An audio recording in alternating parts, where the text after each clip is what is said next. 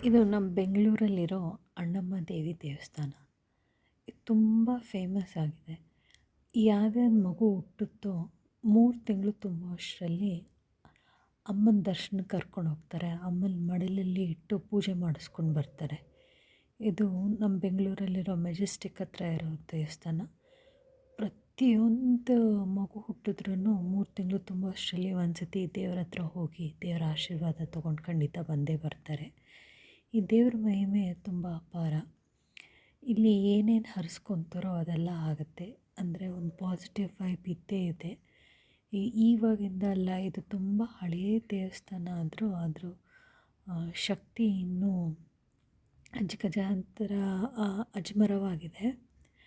ಆಮೇಲೆ ನಾನೇನಕ್ಕೆ ಇವತ್ತು ಹೋಗಿದ್ದೆ ಅಂದರೆ, ನನಗೆ ಬಾಡಿಲಿ ಫುಲ್ ಬರ್ನಿಂಗ್ ಸೆನ್ಸೇಷನ್ ಆಗ್ತಿತ್ತು. ದೇವ್ರಿಗೆ ಹರಿಸ್ಕೊಂಡಿದ್ದೆ.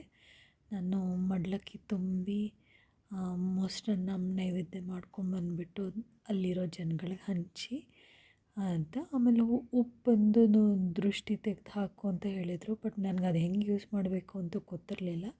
ಬರೀ ಉಪ್ಪನ್ನ ಅಲ್ಲಿ ಕಟ್ಟೆ ಸುತ್ತ ಇಲ್ಲಿರೋ ಕಾಣಿಸ್ತಿದೆಯಲ್ಲ, ಇಲ್ಲಿ ಕಟ್ಟೆ ಸುತ್ತ ಹಾಕಿಬಿಟ್ಟೆ. ಮೊಸರನ್ನ ಅಲ್ಲಿ ಹಾಕಿದೆ. ದೇವರೇ, ನನ್ನ ಬಾಡಿನ ತಂಪು ಮಾಡು, ನಾನು ನಿಮಗೆ ಬಂದು ಮೊಸರನ್ನ ಹಾಕಿ ಅಭಿಷೇಕ ಮಾಡ್ತೀನಿ ಅಂತ. ಸೊ ದೇವ್ರು ನನಗೆ ಅದೊಂದು ಅವಕಾಶ ಕೊಟ್ಟರು. ಸೊ ಖಂಡಿತ ನೀವುಗಳು ನಿಮ್ಮ ಮನೆಯಲ್ಲಿ ಮಕ್ಕಳು ಹುಟ್ಟಿದ್ರೆ 3 ತಿಂಗಳು ತುಂಬುವಷ್ಟರಲ್ಲಿ ಅಣ್ಣಮ್ಮನ ದೇವಸ್ಥಾನಕ್ಕೆ ಕರ್ಕೊಂಡೋಗ್ಬಿಟ್ಟು ದೇವಿಯ ಆಶೀರ್ವಾದವನ್ನು ಪಡ್ಕೊಂಡು ಬನ್ನಿ. ಅಷ್ಟೇ ಹೇಳೋದು. ಮತ್ತು ಇಲ್ಲಿ ದೃಷ್ಟಿನೂ ತೆಗಿತಾರೆ.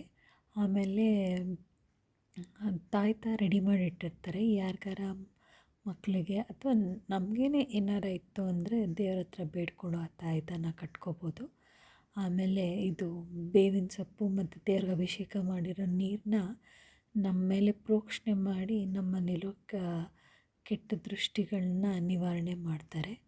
ಆ ದೇವಿ ಕೃಪೆ ಎಲ್ಲರ ಮೇಲೂ ಇರಲಿ. ಎಲ್ಲರಿಗೂ ದೇವ್ರು ಒಳ್ಳೆ ಬುದ್ಧಿ, ವಿದ್ಯೆ, ಆಯಸ್ಸು, ಆರೋಗ್ಯ, ಐಶ್ವರ್ಯ ಎಲ್ಲವನ್ನೂ ಕೊಟ್ಟು ಕಾಪಾಡಲಿ ಅಂತ ಆ ದೇವ್ರನ್ನ ನಾವು ಬೇಡ್ಕೊಳ್ಳೋಣ.